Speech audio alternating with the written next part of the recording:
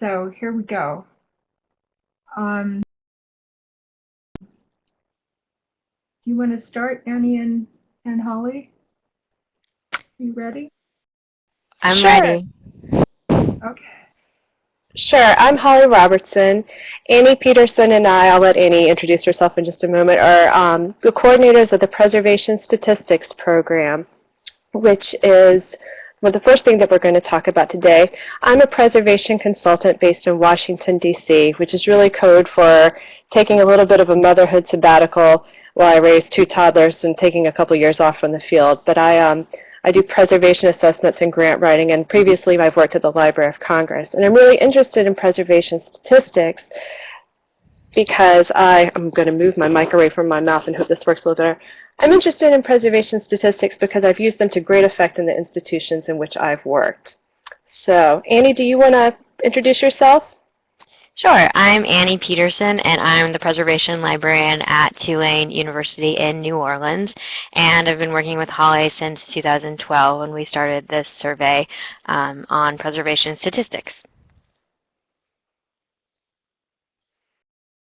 So today we're going to talk about preservation statistics first, and then Leslie's going to come on and talk about the Heritage Health Information Program. How many of you are familiar with our program? We're going to have a poll in a few minutes. But Preservation Statistics is a program that's based in the American Library Association, ALA. Further acronyms for you, it's out of the PARS program, Preservation and Reformatting section. And that's in the Association for Library Collections and Technical Services. So we're a function and effort of ALA. You can visit our website online where we've got all of our surveys, reports, and infographics and other cool things. You can learn more about us there. Just a brief history of our effort. The Preservation Statistics Project that's now hosted by ALA has grown out of the Association of Research Libraries program that was in place from 1984 through 2007. This program was open only to Association of Research Library members, so it's very library specific and furthermore research library specific. Our program is a bit different from the Heritage Health Index from 2005 and Heritage Health Information that you'll hear more about later today. It's issued on an annual basis. It's very qualitative. Very quantitative, not qualitative, and we're seeking to document the profession. We're not able to speak about the profession at large. We're not able to make huge assumptions about the profession at large, but we document what we're doing now and try to decipher some trends. Our effort was really informed by a report called Safeguarding Collections at the Dawn of the 21st Century. That was issued in 2009 by an ARL visiting program officer, Lars Myers. That report suggested some changes to the ARL program, which ended before those changes could be implemented. They suggested that the ARL Preservation Statistics Program add questions and document how programs were reformatting collections, digitizing collections, digital preservation efforts, and more general preservation activities like disaster planning and environmental monitoring. It was very much felt in the field that we weren't capturing all that we were doing. So this report reflected the field's will that we start looking at these emerging activities and long-held activities that really dominated some of our time. Our effort is also informed by the RBMS Metrics and Assessment Task Force report. That's another part of ALA, the Rare Books and Manuscripts section. And their report wanted to look more at the sort of conservation assessment and exhibit prep activities that a lot of their special collections, conservators, and preservation people were doing that was taking up a lot of their time. How many books were being prepared for exhibit, how many manuscripts were being prepared for digitization, general conservation assessments and preservation assessments. So we took all of these into account when we started thinking about our program. Just to back up for a little bit and to clarify the timeline of our effort, in 2007, the Association of Research Libraries, ARL, issued its final preservation statistics survey.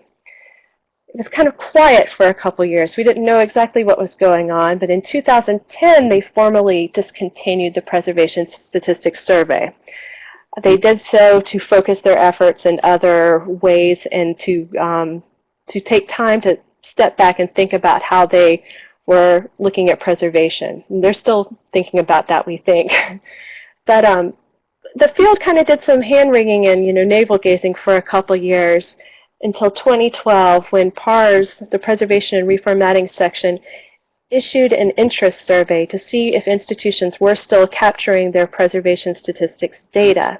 And it turned out that most of the ARL libraries were indeed capturing their preservation statistics data, and many other libraries who weren't necessarily ARL members and weren't necessarily libraries, archives and other institutions, museums included, were recording their preservation statistics.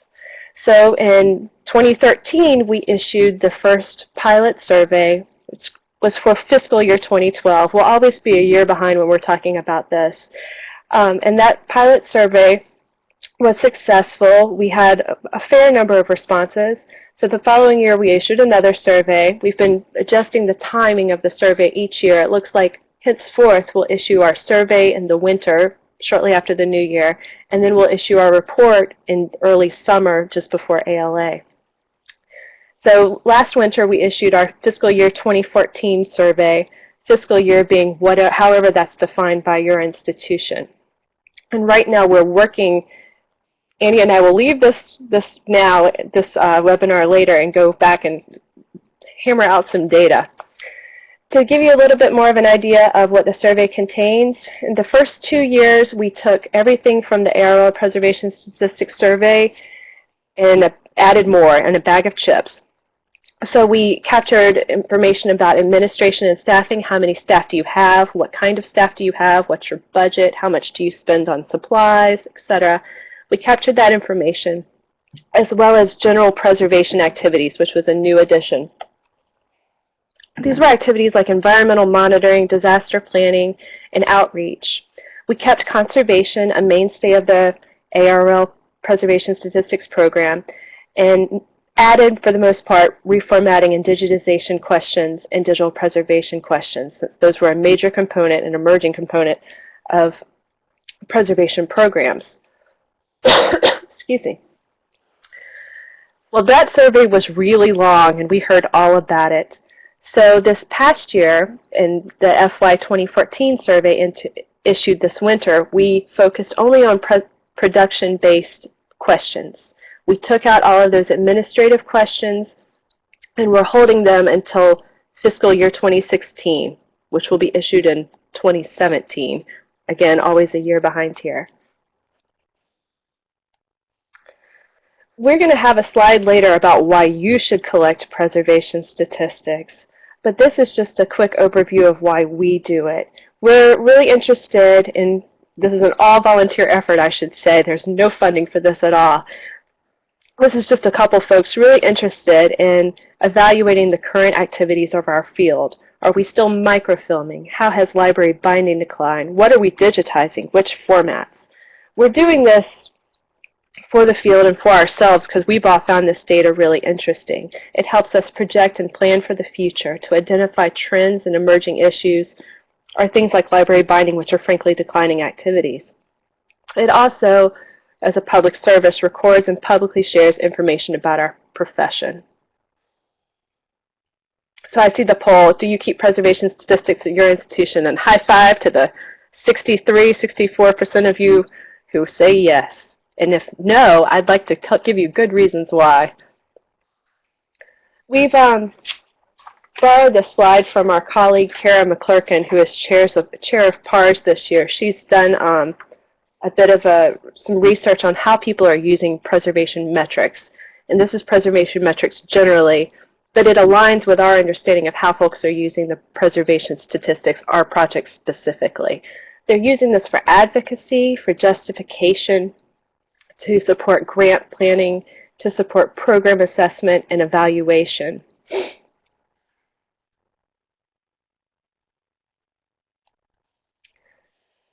We didn't realize at the beginning of our effort, our very much grassroots effort, how much and how important outreach and publicity would be. Quite frankly, we thought we could send out a whole bunch of email announcements and people would, because of course they were all collecting their statistics still, that they would come running, to enter their statistics in our program. Well, it turned out that people need a lot of direct encouragement, a lot of direct contacts. So we had a small army of volunteers last year contacting every preservation contact at every library and archive and institution that we could think of. We have a whole Rolodex of all of you out there, and if we haven't bothered you yet, we're going to come and find you. But this has been a major learning point of our grassroots efforts, just how much time it takes to encourage participation. I think there's a bit of survey fatigue these days, and lots of people have filled out surveys, and ours is it's an effort to enter your data. So we make a lot of direct contact and spend a lot of time on that.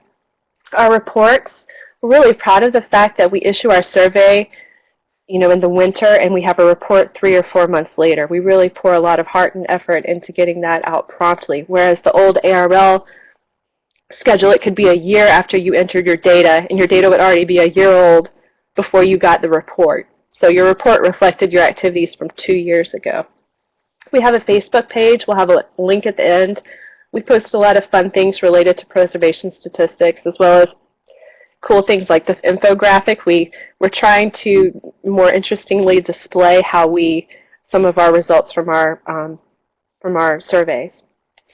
I'm going to hand it over to Annie to talk about results from this year, from the report to be released soon.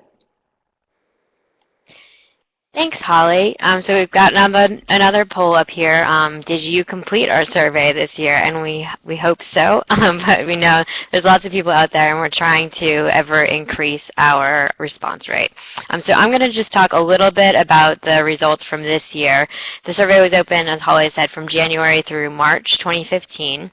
And we're currently analyzing the data, and a report will be released this summer. You can see the reports from the prior years on our website, so if you want to see what the data from the last year's was like, you can look at that, as well as the raw data. We release both reports and the raw data, so you can use it however you want. So our response for this year, as you can see, and in last year's as well, was mostly academic libraries, 64 this year, with a smattering of other types of institutions. State libraries is a growing category that we've seen for us. We had more responses than ever this year, 87 libraries, archives, responded. We hope to increase that in the future, and we also had set an ultimatum for this year that if fewer than 75 libraries had responded, then we would have to rethink what we were doing for next year and maybe less frequently collect responses. But this is a great vote of support from the preservation community, so we'll continue with the annual survey for next year. And academic libraries, we think we get the most responses from because it was sort of easy to continue collecting ARL-like data and to enter it into our survey. So I'll just give some snapshots of the data that we've looked at so far. This is one example of the data that we collect in the survey. If you look at, for example, unbound sheets, number of items conserved, you can see level 1, 2, and 3, which is a holdover from the ARL survey, which we realize isn't perfect, but does give us a little bit more granularity than just asking for total numbers of items treated. So even if you add up unbound sheets here, you won't see the total number of items reported in the survey because there's an option in the survey to either report by level or by total number of items. So it's a little bit flexible in some ways like that. So however you track your data, we want it however you have it. So we can use it to track trends and compare over time. We can zoom in a little bit on this. Oh, sorry, we're going to step back a little bit from that one to look at conservation activities and all of the different things that are propelling conservation activities today. So we ask questions about exhibit prep, digitization prep, conservation assessment, which can include like an item level preservation survey, outsourced treatment versus in-house treatment. So a lot of numbers there that can be used in different flexible ways, but gives us a sort of snapshot of the libraries that have responded and what is driving conservation and whether they're doing it in-house versus outsourced. So now we can look a little bit more closely at outsourced conservation for fiscal year 2014. And this is total numbers of items that the respondents had outsourced for treatment in fiscal year 2014. And you can see that unbound sheets really trumps everything. I mean, we also know that a lot of that is probably that they take less time to treat in some cases. Surprising to me, and maybe if you have any comments on this, is how few photographic materials were outsourced to conservators in 2014, given that in-house conservation in a library you would think tends to focus on book and paper. I thought maybe we would see a higher number there, but maybe some folks have comments on that.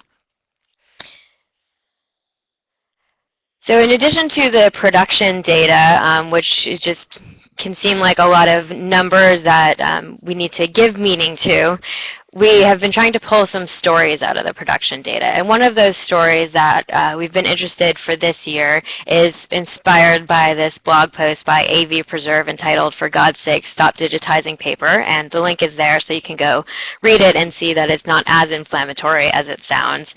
But by far, libraries who responded to the survey and archives are digitizing unbound sheets, and we can look, even if you remove unbound sheets, audiovisual materials still pale in comparison, which is interesting because there's a deadline for digitizing AV materials. We talk a lot about obsolescence and how they're deteriorating rapidly, and if we don't digitize AV, we're going to lose a lot of it. Yet the focus on digitization is in, I'll go back here, either unbound sheets or microfilm, books and bound volumes, and AV is close to last except for historic and ethnographic objects and art objects. And if we further look into that and look at the AV formats digitized, we can see that there's a gap between what we talk about as being very endangered versus what we digitize. So there's not a lot of action around digital audio tape in the libraries that responded, despite being conversations about it being a very endangered format. There is a lot of activity around magnetic media, and a lot of questions are raised by that. Is it because of the content or the sheer numbers of magnetic media out there, the funding that's available, maybe that we're more comfortable with digitizing that format? These questions can't be answered with the data, but I think they're raised and can be investigated further along with other sources of information. So the data does provide us with more than just anecdotal evidence that at least amongst the libraries responding to the survey, we show preference for both conserving and digitizing certain formats. So as we've said, we have some questions in the survey that echo questions that were asked in the ARL surveys. So that allows us to, over time, take that information and track trends. And TLE here in the title stands for Total Library Expenditures, and I'll come back to that in a second. But if just looking at this graph from 2000 to 2013, looking at the total preservation expenditures as percentage of total library expenditures, and we can't go to 2014 with this because we didn't ask budget questions this year, we can see that it's been declining since 2000. And if we go back further, which we've done in some of the prior reports, you can see it's actually been declining pretty much since preservation statistics were kept. ARL suggested in the 80s that 4% of a library's budget should go to preservation, and we've never reached that 4% and have actually been going down ever since that statement was made. So this is one way that the data allows us to say preservation really is getting a smaller piece of the pie over time. It's not just that we feel squeezed in budgets. The data is confirming that. So to explain for a second why we use total library expenditure as a mode for analysis is we don't have the same pool of responses every year. ARL have the same pool of responses to track trends over time each year.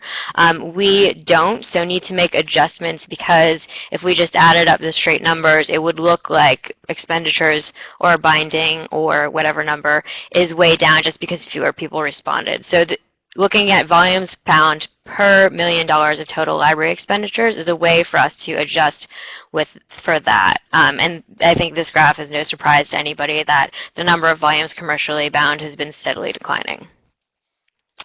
Conservation treatments also seem to have declined. Something interesting you can turn to our other reports for, though, is that level overall numbers of treatments in the past had declined, whereas net level 3 treatments had increased. So even if the number of conservation was the same, was lower, the hours spent on conservation had seemed to have just shifted. So look at the 2012 and 2013 reports for more on that.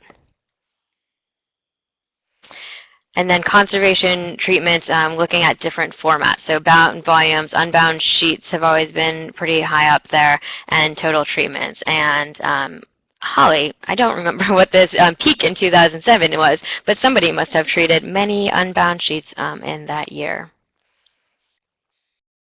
This is the burden and the blessing of the Preservation Statistics Program. One institution, probably the Library of Congress, can really throw off some of our data. Thanks, Holly. And then this final graph, I think, is another one that's no surprise to anyone, is that digitization has gone up over the time that the statistics have been tracked. And again, this is bound digitization, unbound digitization, and then other. Everything has been on the rise. Unbound sheets really shot up. So that's a sort of snapshot of the fiscal year 2014 surveys, the different ways that we can track trends over time, and look for the report where we will continue to get more and further into this data and maybe answer some of those questions that I've raised. And if you have any other if you want to use the raw data, we will also put that out there, because that's something that we've always made available and would love to see people use. And if you have a new or different way of using the data, please let us know.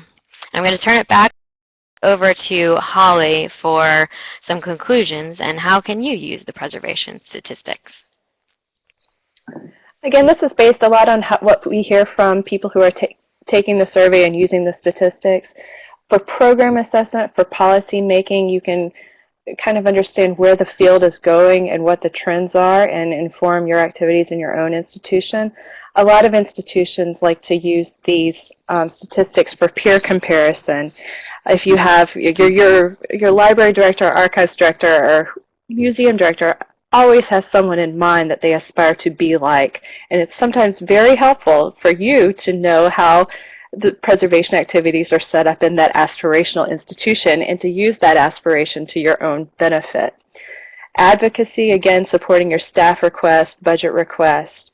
In support of grant applications, it's great to know how many X you did last year in comparison with, the field. In outreach efforts, to boast your accomplishments, this is a big thing.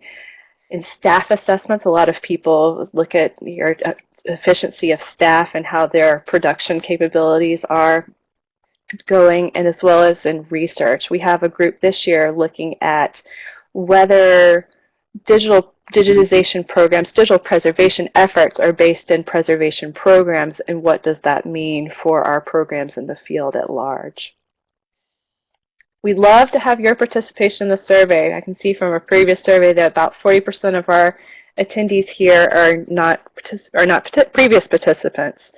The next survey will be released in early 2016, right after the new year.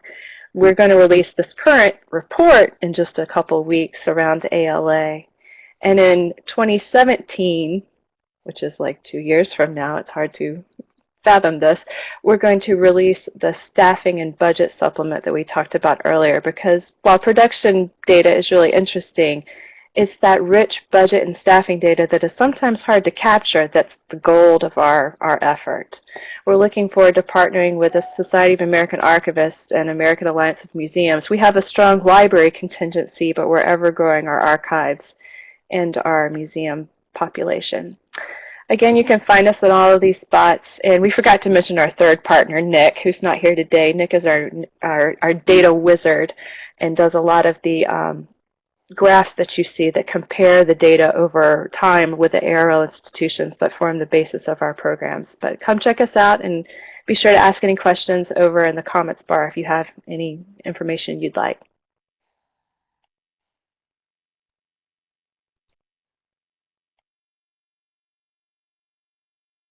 Handing it over to you, Leslie. Are you there?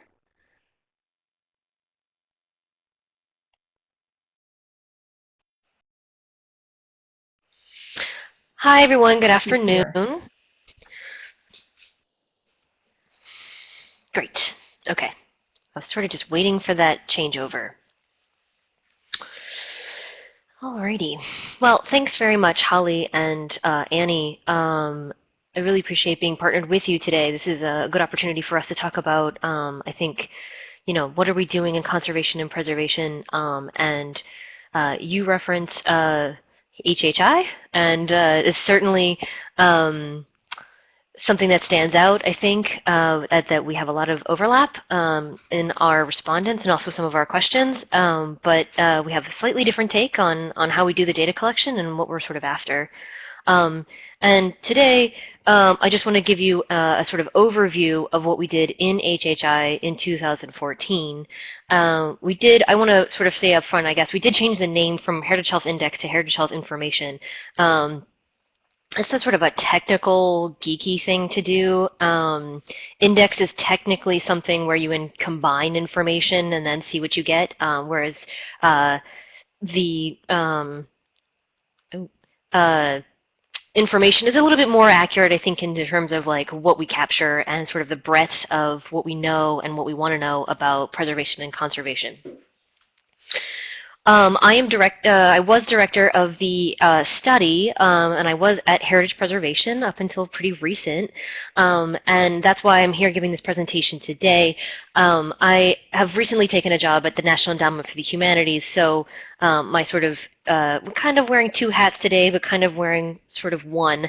I'm still in research. My background is really in not collections care, but in survey research and different methods that talk and speak to the cultural sector. So I've done research in libraries, museums, archives at the institutional level, but also a lot of sample surveys. So I'm kind of doing some of that stuff in-house for NEH right now, which is sort of in conjunction with the 50th anniversary, which is happening this coming year. So what is HHI? So I mentioned that we changed the name, but really HHI is a comprehensive survey like the Preservation Statistics survey that Holly and Annie do about what are we doing in collections care. Larry Rieger, who is the director of Heritage Preservation, really had this interest in finding out what are we doing all together, what are we doing across the institution, because while AIC might support some of the technical aspects of conservation in particular, and specifically conservators, and as Larry would say, the surgeons, Heritage Preservation was right there next to AIC, trying to ensure that the nurses or those who are doing collections care, who may not be doing all of the technical work, are still supported and have training and are doing things to contribute towards the future of preservation. And so this survey was really crafted, I think, sort of in the late 90s into the early 2000s in order to start getting a pulse on what are we doing across the community of all collections types, and what are we doing to continue to preserve objects, and what do we need to continue to improve. So this is a pretty major effort. It's a pretty major investment from the big cultural agencies, but also some of the foundations. As you can see there, it was a cooperative agreement between IMLS and Heritage Preservation, but the National Endowment for the Humanities and the Getty Foundation and the National Endowment for Arts are also in there and are partners in ensuring that not only do we have success, but also that everyone has it demonstrates everyone has a vested interest in making sure that not only are the results widely spread, but that there's an opportunity for us to continue to get really representative data.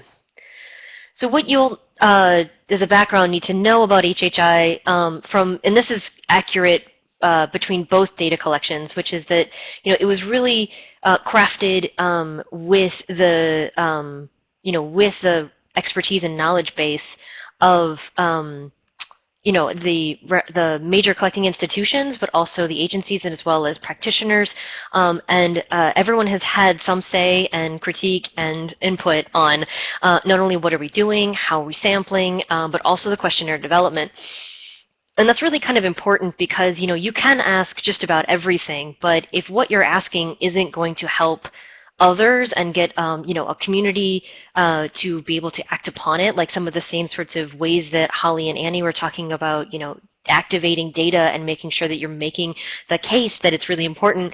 We wanted HHI to have that level of impact and be as useful as it can be. And, the questionnaire was tested and tested and tested over again to ensure that it also, not only captured everything that needed to be done and that was giving folks the data that they wanted, but also that folks were able to answer those questions. Because, as you'll see in a minute, the sampling structures and the ways in which we collect the data are pretty massive, and they're somewhat of a large undertaking.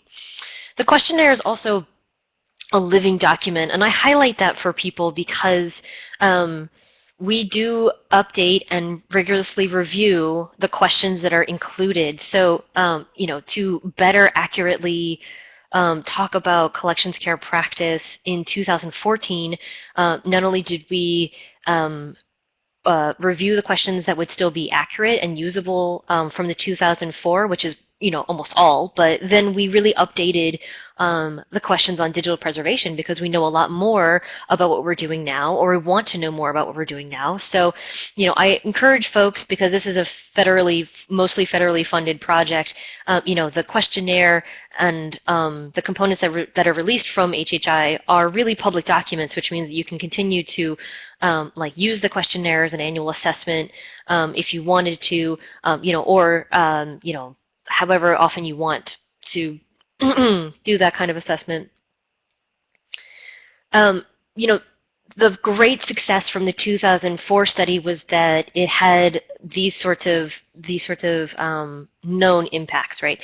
And as Holly and Annie accurately stated, the more data we have, the more advocacy we can do, the better we can make the pitch that we need more dedicated effort and support in this area. And I think it's sort of telling, and I pulled these three things, these 3 bullet points, sort of to show you the different ways in which people have been using the data as well, not only just at the institutional level, but also at the association level, and the ways in which foundations are changing.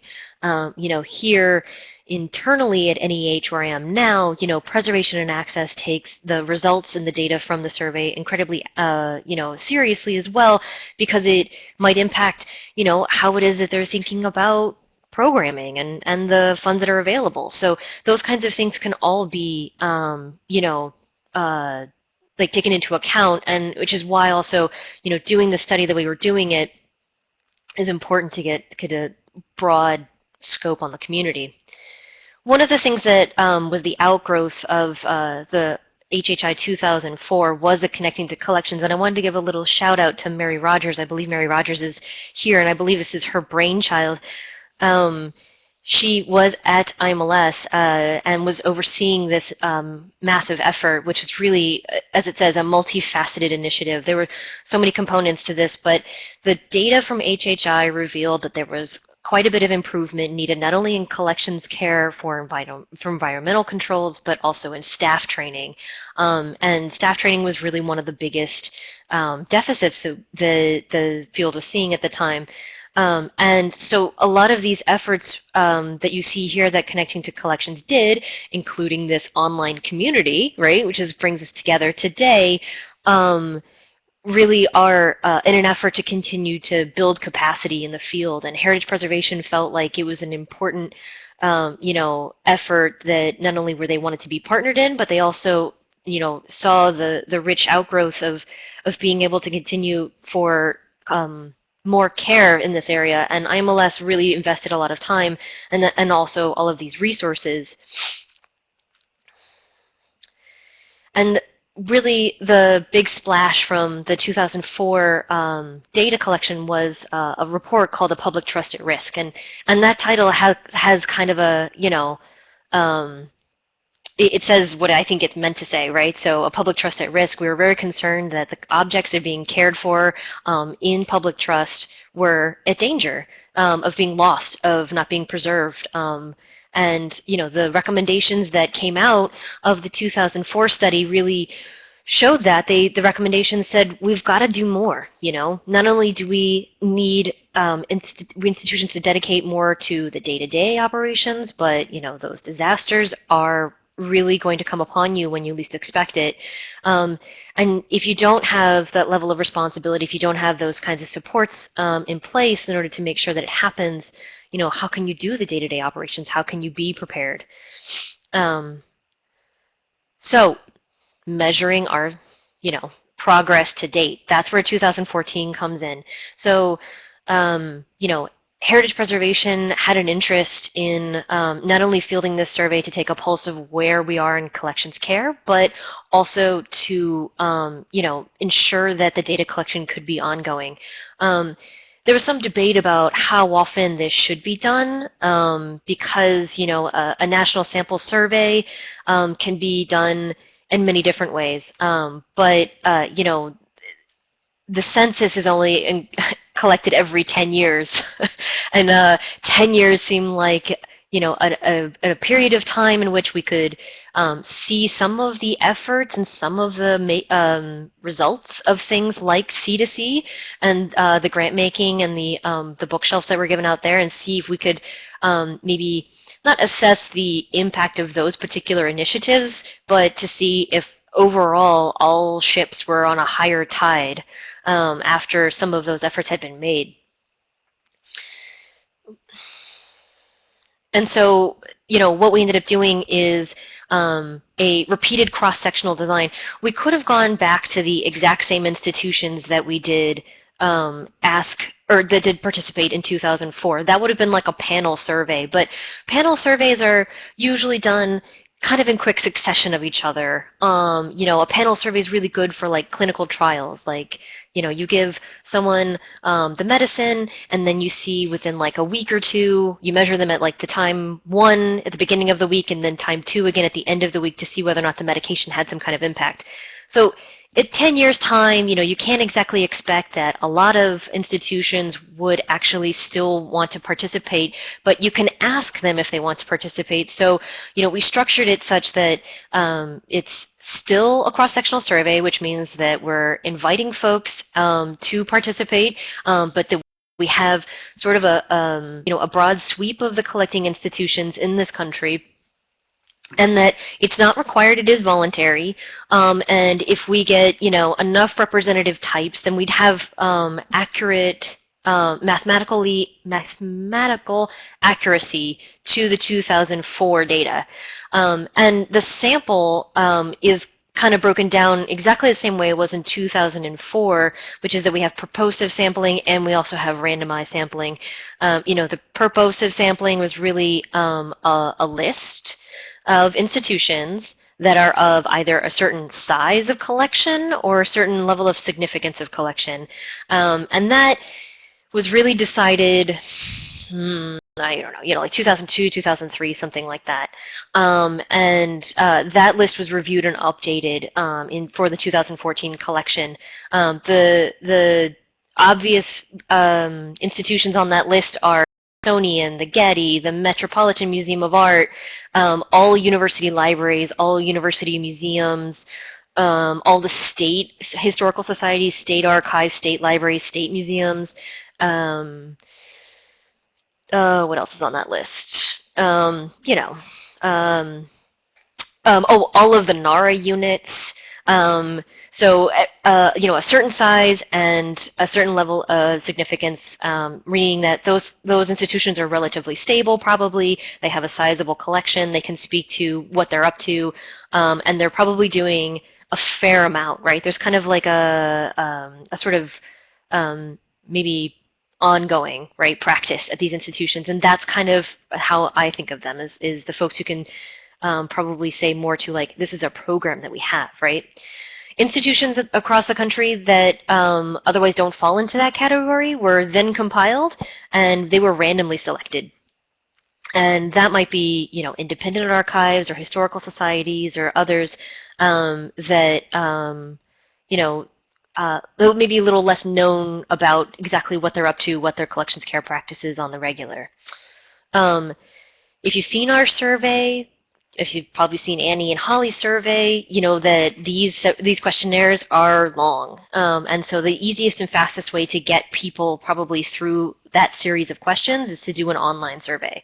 That has to do with really the fact that, you know, if you can get folks to say, I do X, but I don't do Y, they can skip over Z because they said no to the Y question. And so you can kind of move through and channel people towards the finish line as fast as possible.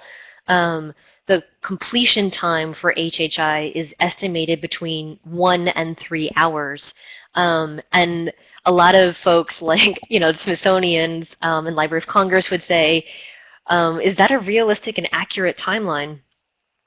And I would say, well, not for Library of Congress, you know. It'll take you like a solid month to get that kind of data together.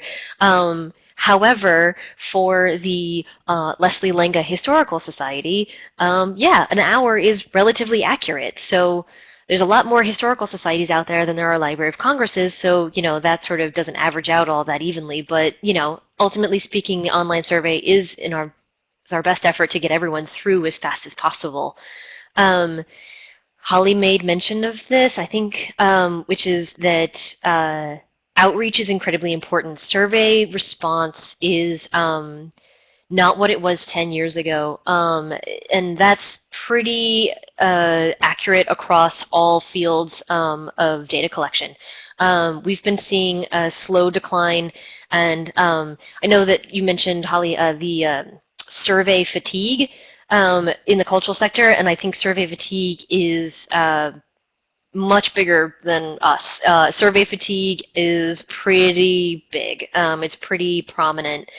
You know, Gallup has, you know, a tough time sometimes getting their polling numbers for political races and such. So, you know, realistically speaking, follow up is the only way you kind of get the sort of responses that you're after. And we went out to participants at least 5 times. We did have an army of volunteers. Some of you, maybe who are participating today, might have helped us do some volunteer outreach. A lot of the things that resulted from that follow-up were not only the response rate, which you'll see in a second, but also the fact that we in-house at Heritage Preservation handled all of the technical support in order to ensure that our data was being accurately recorded and that folks were interpreting the questions the same way.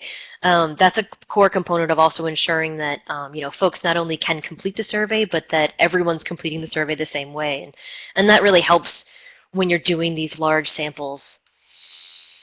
So, as I mentioned, the sample, it's enormous. Unlike preservation statistics, heritage health information is all collections types. And so long as you meet these criteria, the first 3 here, you are basically eligible to take HHI. So if you're an archive, historical society, library, museum, archaeological repository, or scientific research organizations. So archaeological repositories are you know, like designated by the Army Corps of Engineers.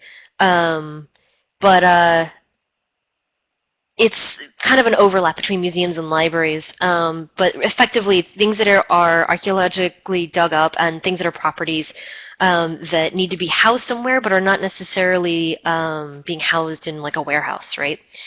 Scientific research organizations, that's kind of like a catch-all term. That can mean kind of many different things. It can mean independent science research centers. There's some of those for sure, and they have really large collections. But also biology departments at universities count inside scientific research organizations. You know, the HHI questionnaire and the goal is to really talk about objects and to talk about the practice of caring for those objects, regardless of your type of object. And so noticeably, we don't have architecture in here because that's a whole different, you know, bag in terms of actual preservation. But, you know, biological specimens, biomedical specimens, and these sorts of things are being cared for under cold conditions, you know, just like some paper objects and such, right? So that's why we've got the wide breadth in there. The reason why we only collect from nonprofit institutions is because nonprofits have a fiduciary responsibility in order to care for the objects in their care, and so that's you know, if you were, it's not that if you were a for-profit institution that you wouldn't care about these, but you know, the ways in which we think about purpose and goals and education and some of these sorts of interrelated ideas and how it is that the collections are at the core of some of these goals, that's really where the nonprofit thing kind of folds in. And as you can see, and as I've sort of said a little bit more over time, which is that all sizes and all types, the only other geographic containment is really within the U.S. and the territories there. So we do have the Virgin Islands, we do have Guam, we did reach out to Mariana Islands. I don't think that they responded though this year. It's sort of hard to get a hold of. But as you can tell, I mean, from all of these criteria, we really do have a broad reach in terms of the objects that are being collected. And so the survey really speaks to practice across these institutions. So the timeline is actually kind of an overlap with preservation statistics. We didn't go into the field until October of last year, and we had really hoped to go into the field a little bit earlier. We didn't want to overlap with Holly and Annie, just to sort of, well, you know, like not stress people out too much. But we had a little bit of a hang-up, right? It's a federally funded survey. You got to go through some clearance processes, and you know that takes a little bit more paperwork than everybody's really prepared for most of the time. And we really tried to avoid going into the holidays, and we actually ended up extending data collection into February because we ended up crossing into the holidays, which, you know, slowed things down a bit. The final report, which is like a public trust at risk, although we'll have a different title, is sort of underway. This is kind of my assumption of what the title will be, but we'll see. And the publication should come directly from IMLS. It'll look very similar, have like sort of the glossy overview, and there'll be comparative statistics between 2004 and 2014. My understanding is that's supposed to come out on or about, you know, the fall of 2015. So you'll see more fulsome data around that time. There'll be sort of a press release at that time. The data will be made available at that time. And when the data becomes available, it'll be hosted in a couple different places. IMLS has its own data catalog, which is where they're going to be hosting it. And then the National Archive of Data on Arts and Culture has also graciously agreed to host the data. It'll be anonymized when it's public. There will be a microdata file which has institutional names associated with each record available, but only under confidentiality agreements from IMLS directly. Okay, so to the response rate. So as we mentioned, survey fatigue. Yeah, so 20% is pretty good in terms of target. We don't really see response rates from national sample surveys of this kind, or really any kind. The targets are between like 18 and 25%. So we're kind of right in the middle there, and that makes me happy. As you can see, that ended up resulting in 1,800 institutions responding. So that's still a large number of institutions being able to give us accurate data. When we did review the sample, as I told you, we reviewed what we had collected last time, not only from the questionnaire, but we also reviewed who was in and who was out. Last time, 2004, the sample universe was 35,000 institutions. What we know today, even with, you know, some of the bad directory data that exists in the cultural sector, we still came up with a 50,000 institution list, from which we drew the final sample. I think it's back here. Yeah, so it's 10,500 institutions you see up there were actually our sample. And we got 1,800 of them, which is, you know, 20% response rate, and that's pretty good. And especially since we had 50,000, you know, that's something that I take as a, you know, as a big pride moment. This is what we are finding. So you can see on the left-hand side that the type is pretty spread across, and libraries and museums make up more bigger components. And so that's why there's more of them that actually responded. We're pretty accurate, or pretty representative across region on the right-hand side. And a little bit less from New England, but that's okay. Couple of the early things we've seen too, we've seen quite a bit of spike in the visitation counts. Part of my assumptions about what exactly is happening here is that we're just getting better at actually counting how many people come in and out of the door, and also far more accurate in being able to report on how many visitors are coming to our websites. And so you could see that 7.4 billion went to 99 billion for online visitation alone. So that's really driving that spike that we're seeing in visitation. I wanted to give you this quick little snapshot just to show you something that I think is really interesting, which is what are the biggest needs of conservation and preservation. What we found in 2004 is that the greatest need was in staff training, and staff training is actually like fourth on this list. It's at 56.5%. The biggest need now, it looks like, is inventorying and cataloging. And being able to do general condition assessments is close behind. And environmental controls is not far after that. So you could see those four big things, right? So cataloging and inventorying, general condition assessments, environmental controls, and then staff training are still some of the biggest pockets that we have need for improvement on. And I think that's kind of interesting because what you saw in 2004 really was that staff training was the biggest concern. But, we are starting to look at some of the analysis on that, and it has improved quite a bit, but we really need to be able to look more at the objects. So now that we know more about what we're doing, now we really need to know what condition those objects are in, and what we can do to improve them, and actually do assessments that help us know what the conservation care is, what is the next step. And even though heritage preservation, after its long dedication to collections care practices, is unfortunately shuttering its doors this month.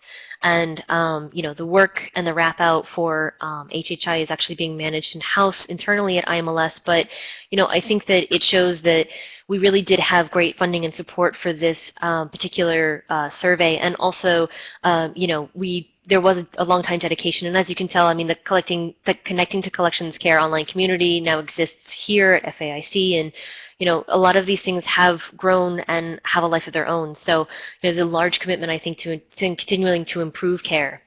Larry Rieger was really at the helm of some of that. So big thanks to him. And thank you for your time today. It's been really great being able to share this with you.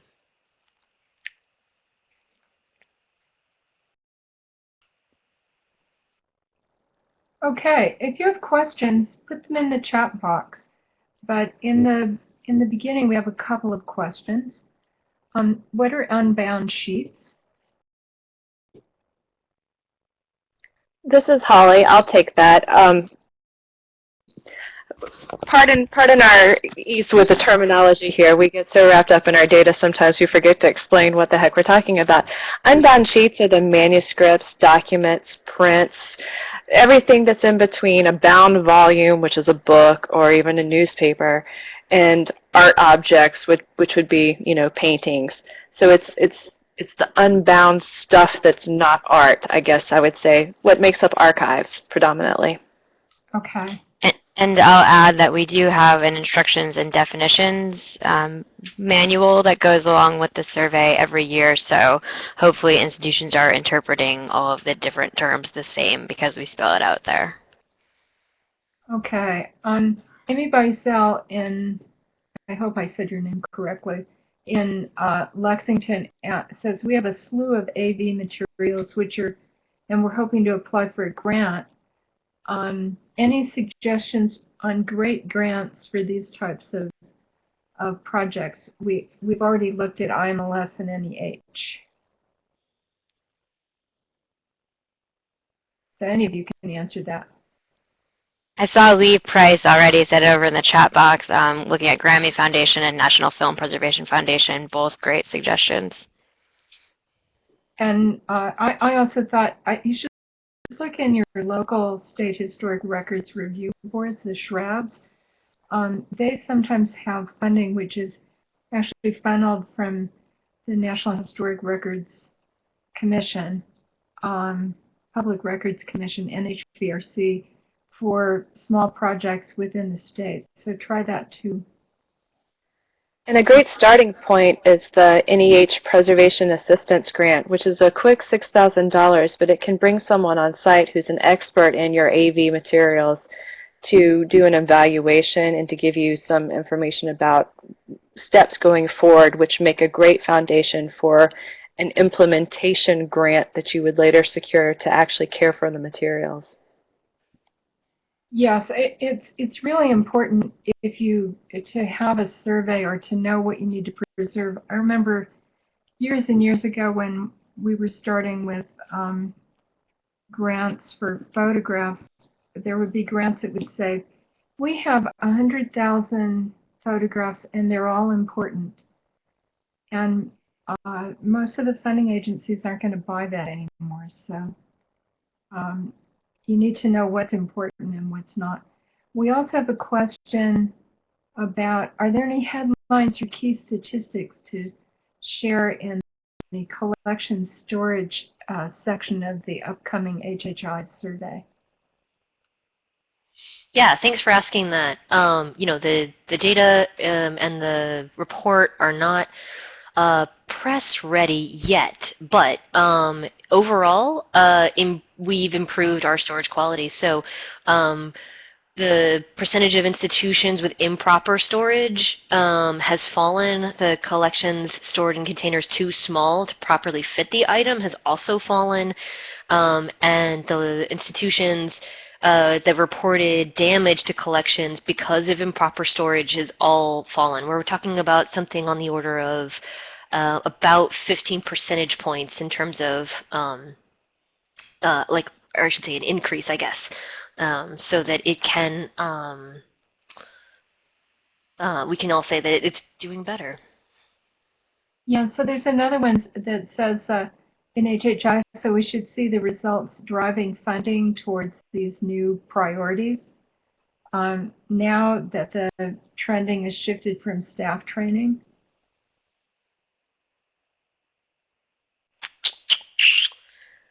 I see. So should we see the results driving funding? Oh, you mean from IMLS and NEH, I assume, is what that question means. I would not speak for any of my colleagues in the federal government to say that priority for funding is shifting based specifically on these particular results, because they'll make judicious decisions, and like I said, I'm in research, and so I make recommendations, but how it is that professionals who are doing the grant making a little bit closer probably to knowing on the ground what people need will take this into mind. But I wouldn't be surprised if you see that you know, that some of this has an impact on how we see what people either putting in grants for, because you probably see some of that in relationship to the fact that it's a big need, and maybe NEH is also making an address to that. And I think, I can't speak for IMLS specifically because I'm not there, and I'm not sure exactly what the museum's program will do or not do based on the results of the finding. I have a question. Do the three of you, do you have discussions with the granting agencies when your reports are ready? Or you just put it out there and let them ruminate on it? This is Holly. No, we don't have those discussions yet. Our program is still so nascent, and it's our population of respondents is so small.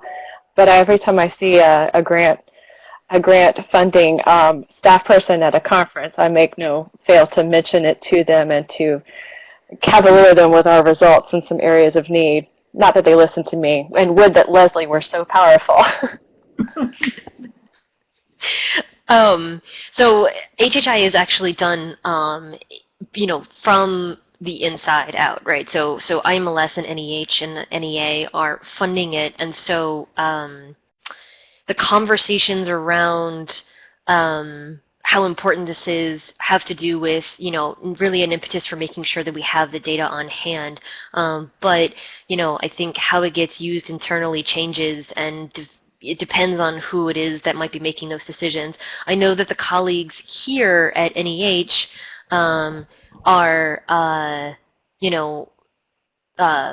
especially from preservation and access in particular, are really, really invested in making sure that they know what's in the data, because they want to know what the pulse is. They want to know what folks are doing across all types of collections.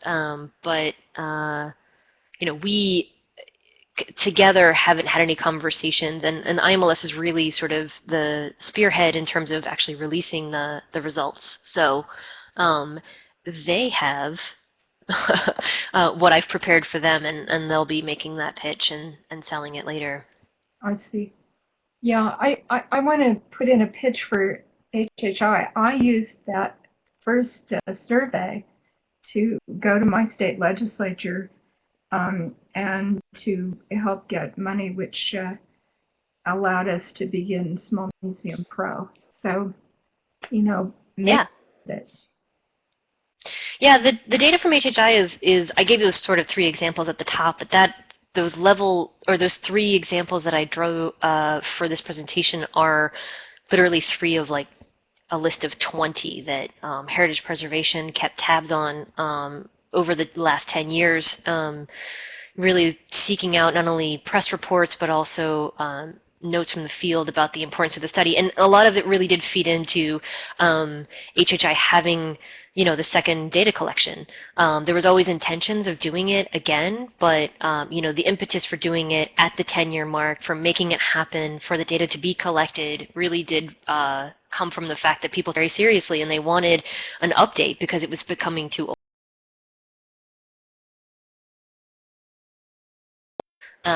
At that point, which is, like I said before, like sort of the same thing as the decennial census, right? Like about, the 7 or 8 year in, you're like, okay, where's the rest? Okay, so if we don't have any more questions, I'm going to ask you not to have survey fatigue and to please complete the evaluation, which is right here. And to remember that next month we're going to have something on social media and collections, and that the recording from this webinar will be ready in the next few days, and I will post it to the Now archive because this is over in the Connecting to Collections Care website. So thank you very much for coming. Thank you, Annie and Holly and Leslie, for a really nice presentation. And we'll see you next month. Okay, bye-bye. Thanks, everybody. Thank you.